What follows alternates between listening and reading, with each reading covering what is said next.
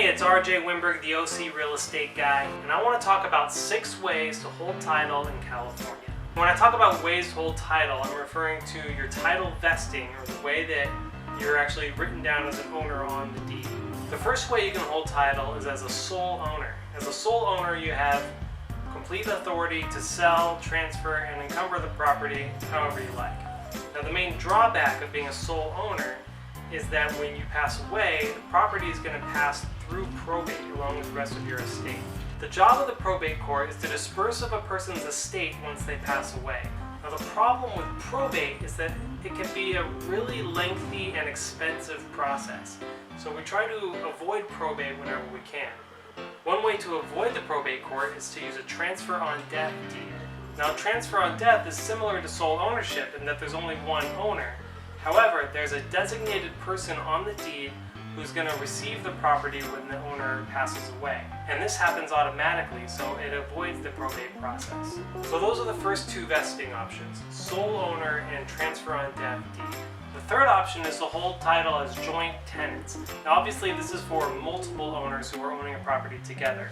And as joint tenants, they all have equal ownership in the property. But joint tenancy has what's called a right of survivorship. So when one of the owners dies, their ownership gets absorbed by the surviving owners. And this happens outside of probate. So this can be another way to avoid probate. This continues until there's only one owner left, and then they own the property as a sole owner.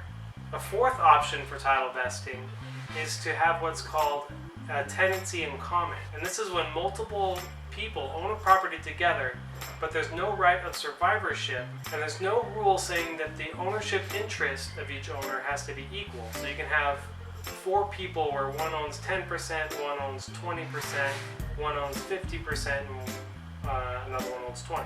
So in this scenario, there is no right of survivorship. So when one of the owners passes away, their interest in that property is going to be subject to the probate courts. The 5th type of vesting is community property, and this is specifically for a husband and wife.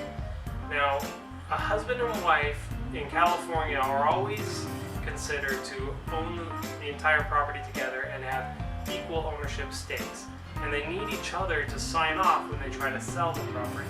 But with community property, each spouse does have the right to will their half of the property separately. So a husband can will it to his brother, and a wife can will it to her father.